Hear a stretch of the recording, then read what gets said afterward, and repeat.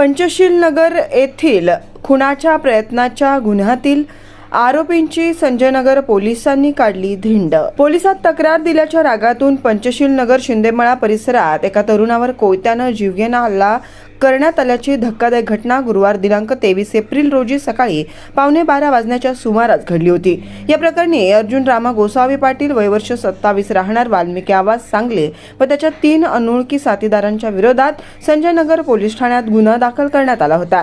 पोलिसांनी दिलेल्या माहितीनुसार अविनाश सौदागर हे त्याच्या मित्रांसोबत मोटारसायकलवरून जात असताना अनोळखी गाडीवरील 2 तरुणांनी त्यांच्या गाडीसमोर आडवे येत त्यांना अडवलं। त्यानंतर दुसऱ्या मोटारसायकलवरून आलेल्या एका तरुणाने कमरेचा कोयता काढून त्यांच्यावर डोक्यावर वार केला। दरम्यान आरोपी अर्जुन पाटील हा घटनास्थळी येऊन गाडीच्या डिक्कीतून कोयता काढत आज याला जिवंत ठेवायचं नाही असं म्हणत पुन्हा कोयत्याने त्यांच्यावर हल्ला केला।